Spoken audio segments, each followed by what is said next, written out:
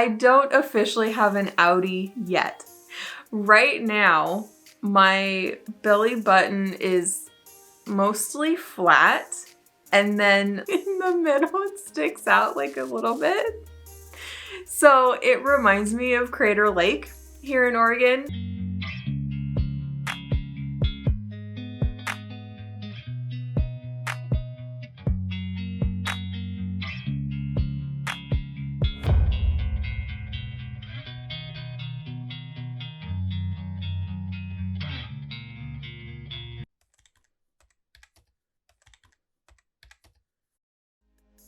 Hello everybody, my name is Tasha, and if you've never been here before, I'm currently pregnant with a surrogate baby, and that means that I'm pregnant with a baby that's not mine and I don't intend to keep. If you have questions about that, watch some of my previous videos because I go through the whole process with you and explain in probably too much detail all about surrogacy and my journey.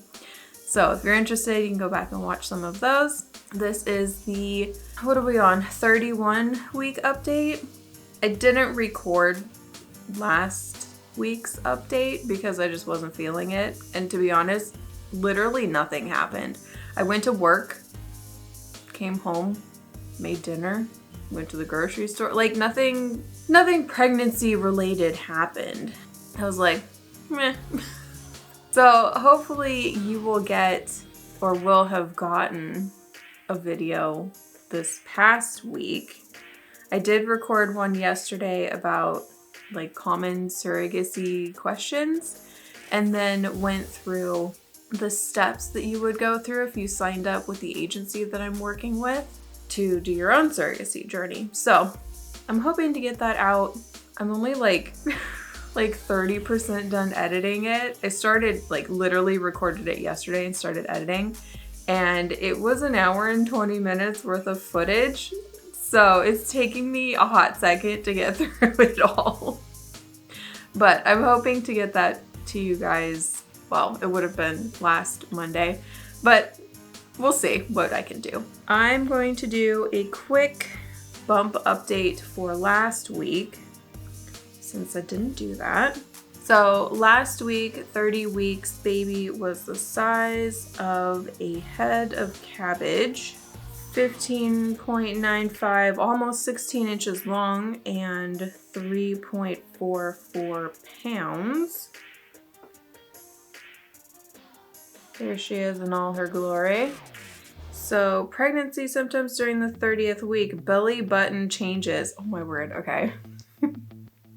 I don't officially have an outie yet. I have never had an outie when I was pregnant.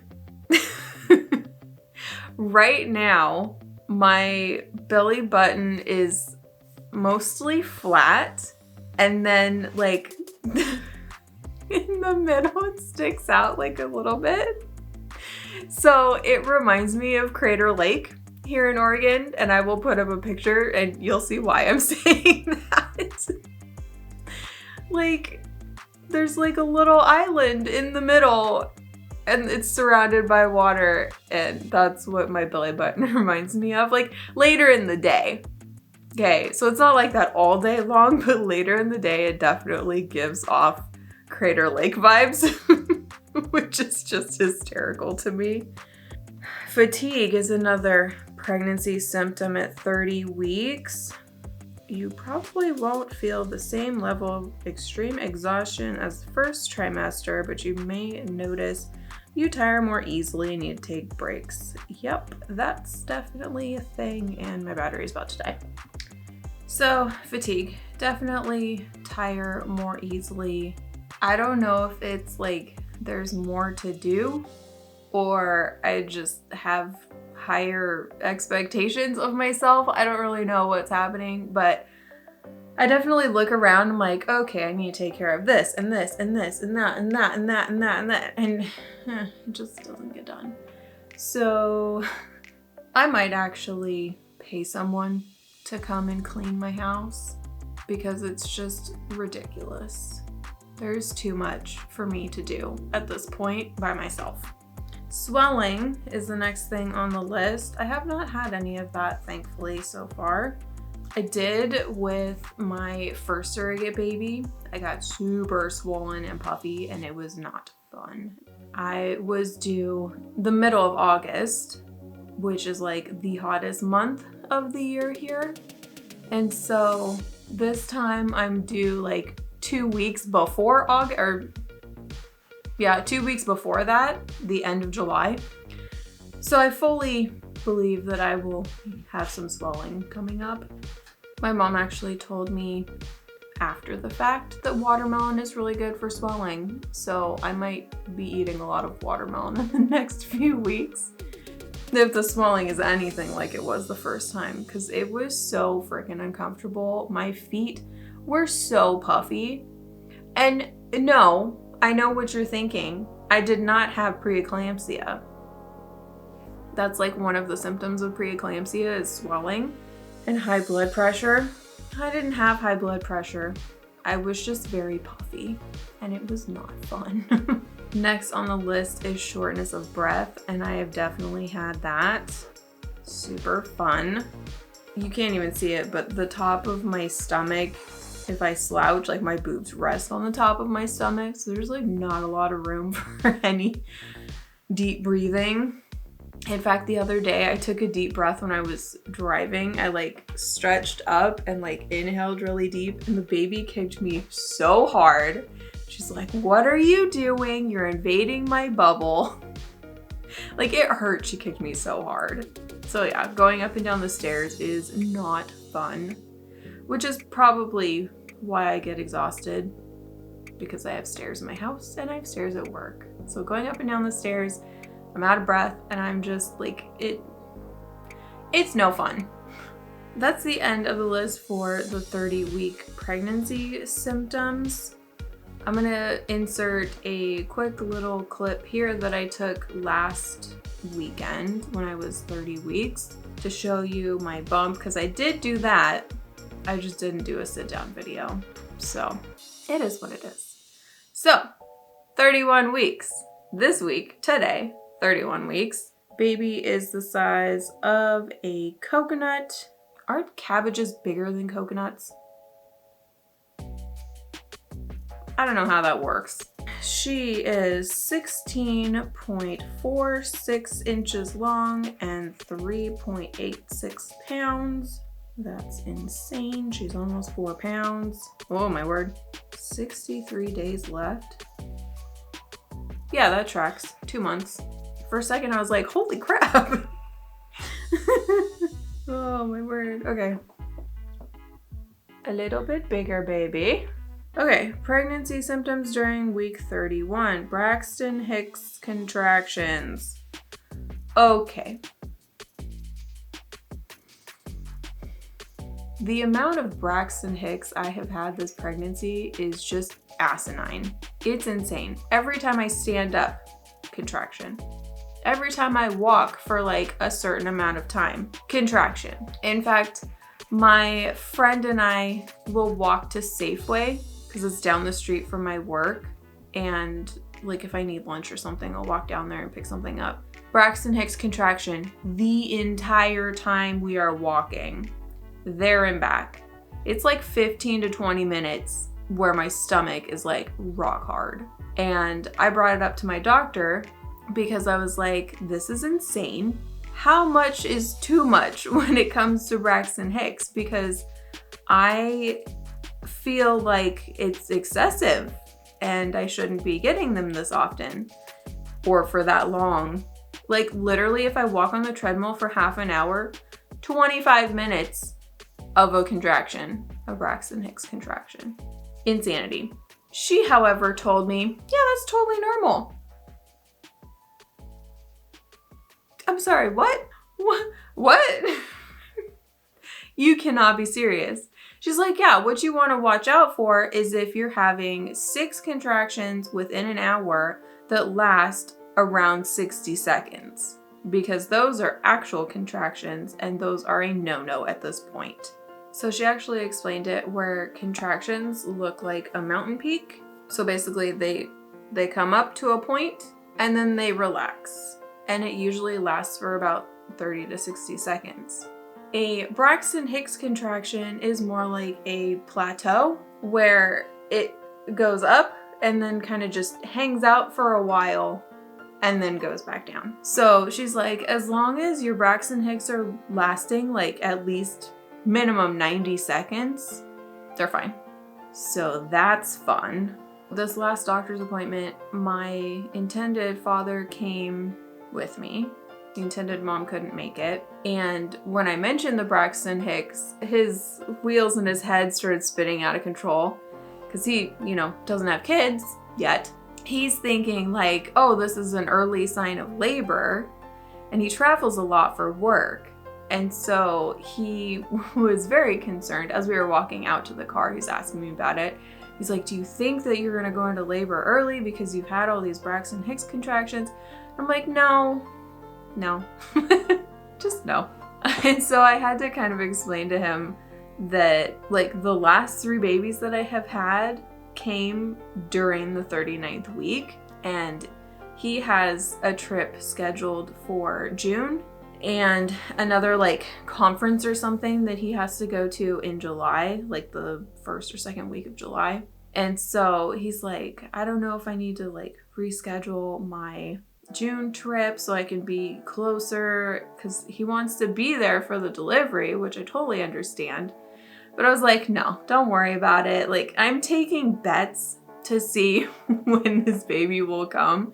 And since the last 3 have come either 2 days or 4 days before the due date, this one, probably the same thing. That's going to be my guess. Either 2 or 4 days before the due date.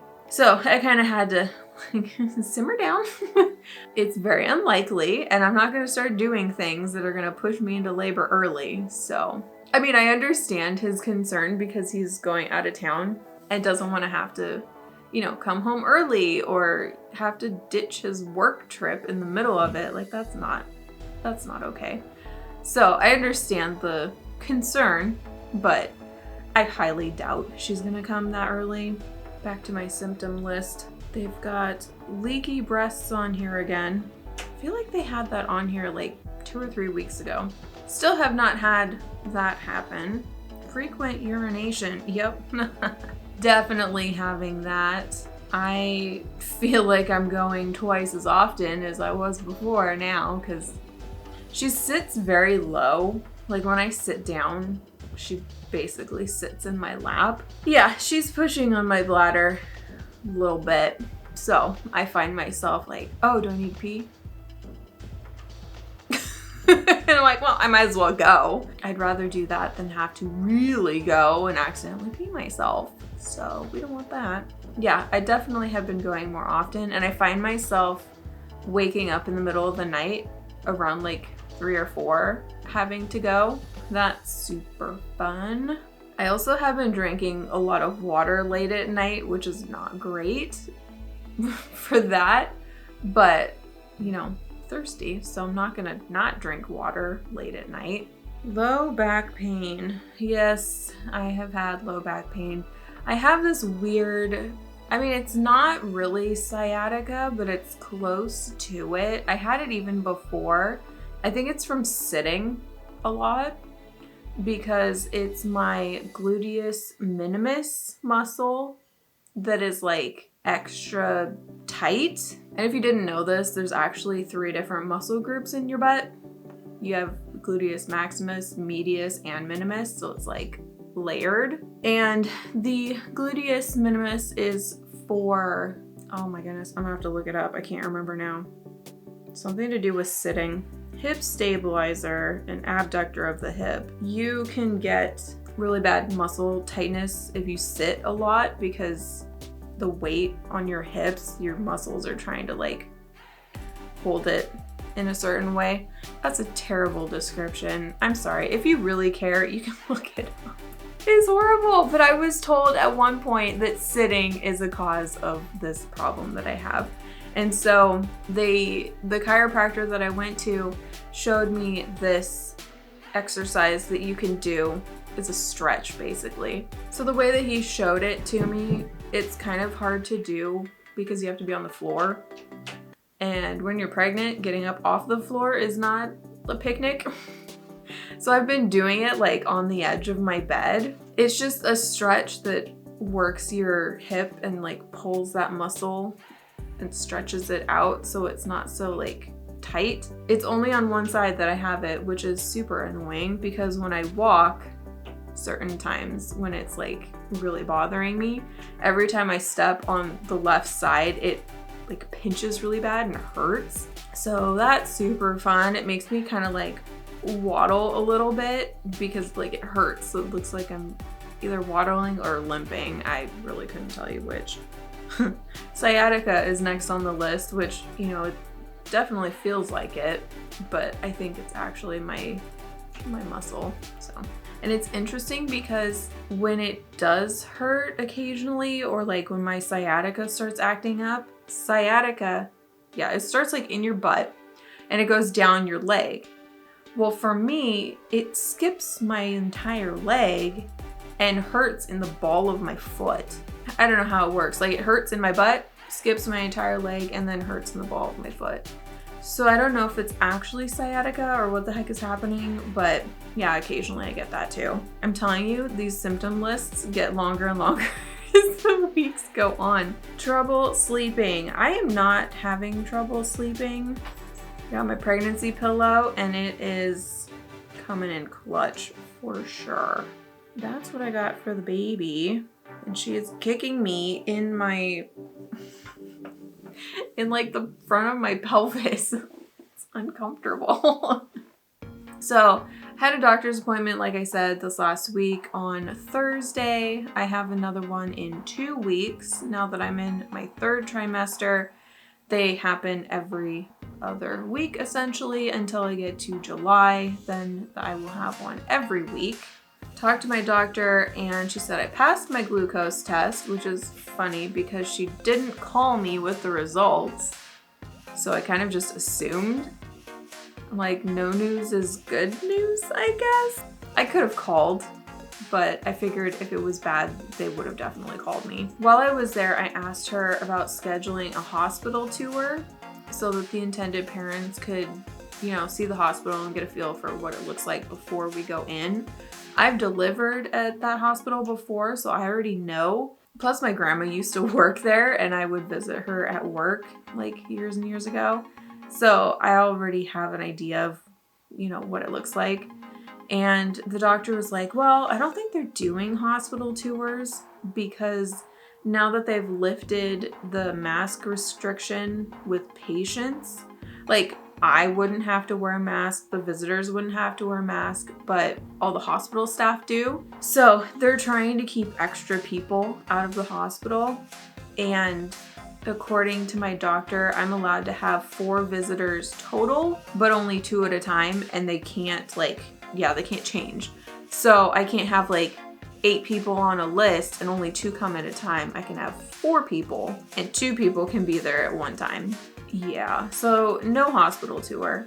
And I talked to my coordinator this last week, also on Thursday actually. No, yesterday.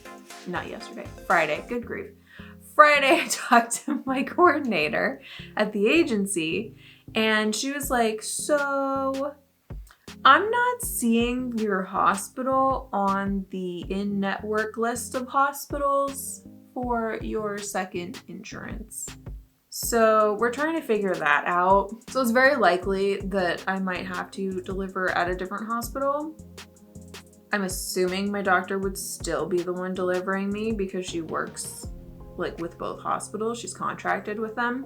Like that kind of sucks because I've never been to the other one and I don't know where to go or who to talk to or like any of the things that I need. During my next appointment, I'm gonna have to ask her or call. I have to call her on Tuesday and make sure that she's still in network with my insurance, which I've been getting insurance things in the mail. The amount of papers that they mail me is absolutely ridiculous. Like anytime I have a doctor's appointment, hey, just so you know, there's a claim open. Great. Why are you mailing me 4 pages of paper for this? I don't care. Like, let me know if I owe you anything. But otherwise, I don't give a crap. I really don't. Literally opened my mail that had been sitting on my counter for far too long. And there was like 8 of them. So like every time I've gone to the doctor, every ultrasound that I've had done, every lab, all the things, every single time. Hey, there's a claim open for blah, blah, blah, blah, blah. Like, okay. We're just letting you know. I don't care. Like, send it in an email so I can just delete it, because you're killing trees here. So also while I was at the doctor, I'm going to jump back. She felt to see if the baby's head was down. I don't know. She didn't tell me, for one. It felt like maybe she is. But at the same time, like hours later, I was feeling super strong kicks down where her head was.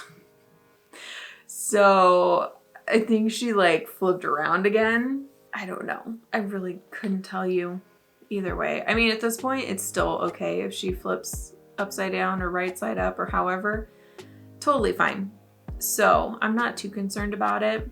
That's all I got for that. I mean, she checks every time now. So if it becomes an issue, I'm sure she'll tell me. But I think I have until like 34, 36 weeks before it becomes an issue and like I need to start doing something about it.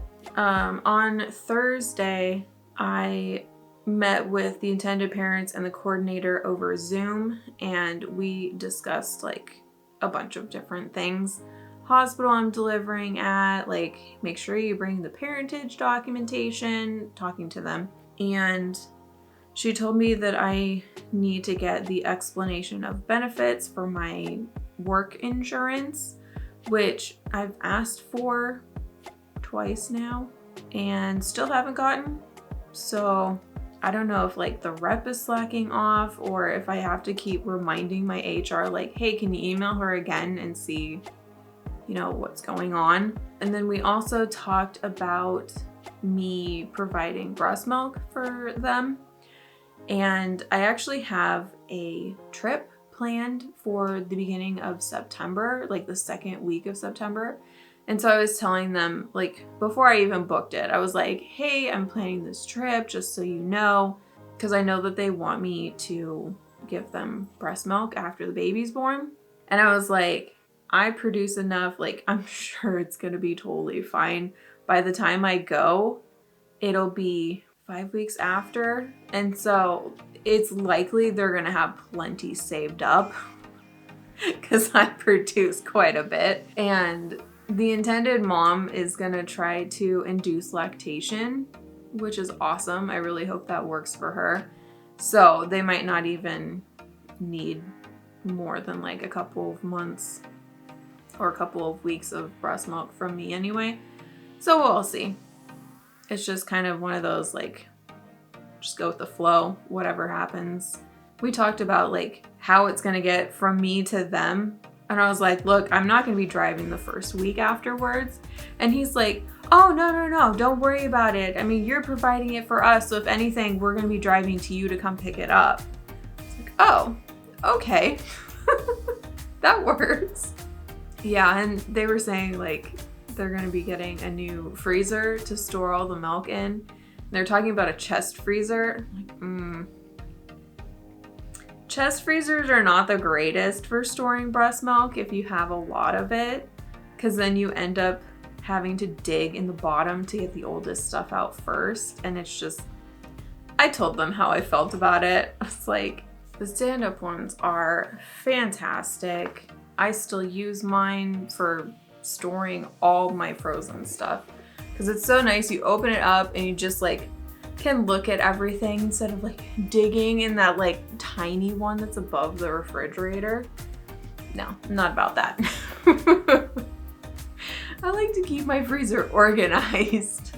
Okay, and the last thing that I have, I finally got stories from the intended parents. I told them, I was like, record yourself talking, singing, reading a book. Doesn't matter. Just need your voice to play for the baby so she gets used to hearing it. So I finally got a story for both of them, and I put them in my iTunes and like created a playlist. It's like 2 hours worth of them talking, like switching off between the two stories. I don't know if any of you guys remember these. I got this in 2007. Do you remember these? This is like iPod generation like 1 or 2 maybe. I don't remember, but I put the 2 stories on that. And then I have these. They're actually not in here because I've used them. This is the box they come in, Belly Buds. I bought them at the Super Kid sale here for like 10 bucks. And they're essentially speakers that are like flat so you can put them on your stomach.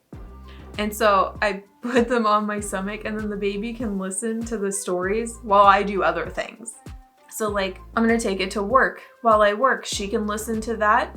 I'll listen to music on my work computer or, you know, whatever. Or like when I'm editing videos, I could put headphones in and put these on my stomach and she'll listen to something and I'll listen to something completely different. Like it totally works. It's great. I've done this with all of my surrogate babies.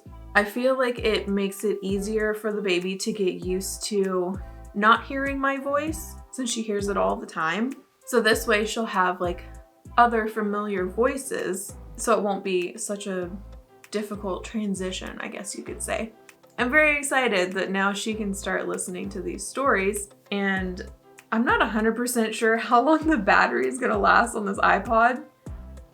I charged it the other night. It said it was completely charged, and she listened to their stories, I think both like 3 or 4 times before I looked at it again, and it was like the battery had like a sliver left.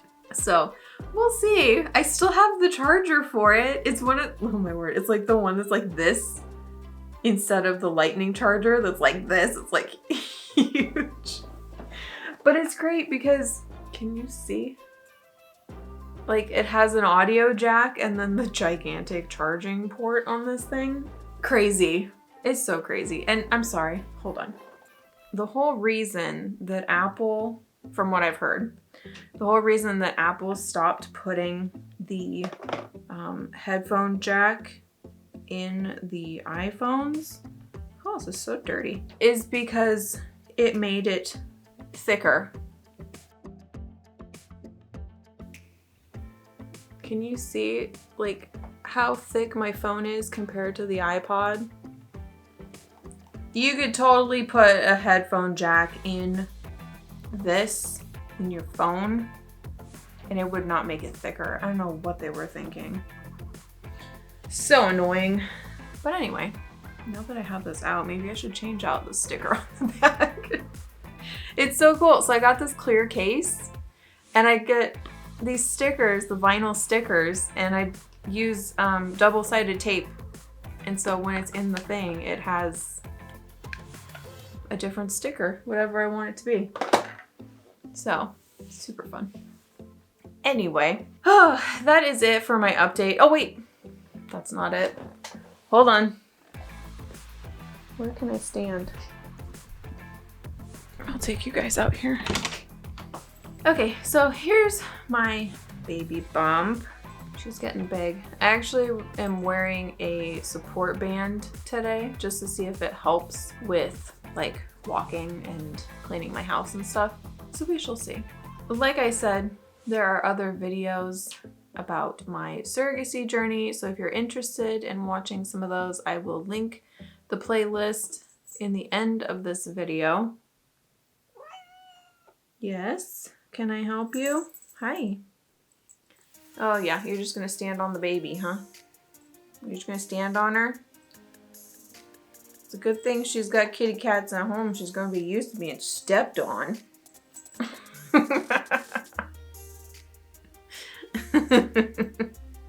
I swear. It's a good thing she only weighs 6.5 pounds and she's not super heavy because she steps on my stomach almost every day. And I keep telling her not to and she just doesn't listen. So what are you gonna do? Cats do their own thing. You don't listen to nobody. No. Hey. Anyway, that is it for this week's update. I hope you enjoyed. You can follow me on these social medias. Don't forget to like and subscribe and share this video with anybody that you know who is interested in surrogacy. And I will keep updating you guys every week. I mean, minus last week, because literally nothing happened. What? This last week, lots happened. The week before that, like, nothing happened. So I didn't record that week, just felt pointless. So otherwise, it's every week. So yeah, if you like this, you can follow me on other social medias, and I will see you guys in the next video. We're getting to the end, guys. Only 9 more weeks, which is madness. 9? Yeah, 9. Assuming she doesn't come during the 39th week. In that case, it would be like 8.5 more. Who's counting? I'm not counting. I'll see you guys later. Bye.